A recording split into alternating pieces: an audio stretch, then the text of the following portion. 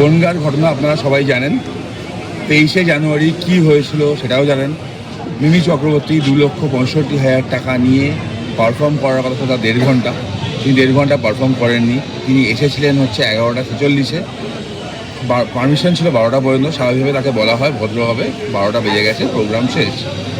তিনি তার ইগোতে নেন ব্যাপারটা। ইগোতে নিয়ে গিয়ে ফেরার সময় একটা ইমেলে কমপ্লেন করেন, একটা মিথ্যা কমপ্লেন করেন যে তার সাথে নাকি অসভ্য আচরণ করা হয়েছে, তার নাকি শ্লীলতাহানি করা হয়েছে। এই জন্য তনয় শাস্ত্রীকে অ্যারেস্ট করা হয়। তারপর মিমি চক্রবর্তীকে একটা নোটিশ করা হয় যে ওনার সম্মানহানির জন্য 20 লক্ষ টাকা ড্যামেজ চেয়ে, সাথে যে 2,65,000 টাকা তিনি নিয়েছিলেন সেটা ফেরত দিতে বলা হয়। মিমি চক্রবর্তী সেই নোটিশে কোনো রিপ্লাই করেননি। প্রথমত তিনি সময় মতো আসেননি।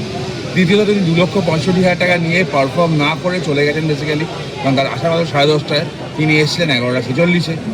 পুরো বিষয়টার জন্য আমরা আজকে 2টো মামলা ফাইল করেছি। একটা সিভিল মামলা ফাইল করেছি ডিফামেশন, আর একটা ক্রিমিনাল কেস ফাইল করেছি। উনি খুব তাড়াতাড়ি নোটিশ পাবেন। আবার বলছি, মিমি চক্রবর্তী শিল্পী হতে পারেন একজন, তিনি বড় মাপের শিল্পী হতে পারেন, কিন্তু সব মানুষের একটা সম্মান থাকে, সব মানুষের কথার দাম থাকে। 2,65,000 টাকার ভ্যালু মিমি চক্রবর্তীর কাছে না থাকতে পারে, সাধারণ মানুষের কাছে আছে। তাদের কষ্টার্জিত টাকা নিয়ে তিনি ফেরত দেওয়াটা উচিত ছিল। উল্টো দিকে তিনি নোংরা খেলাটা খেললেন, তার জবাব কোর্টেই হবে। প্রথমেই বলেছিলাম, আইনি লড়াই যতদূর যাওয়া সম্ভব তত দূর যাওয়া হবে। আজকে এখন আমরা বনগাঁ কোর্টে আছি এবং আজকে 2টো মামলা ফাইল হয়েছে।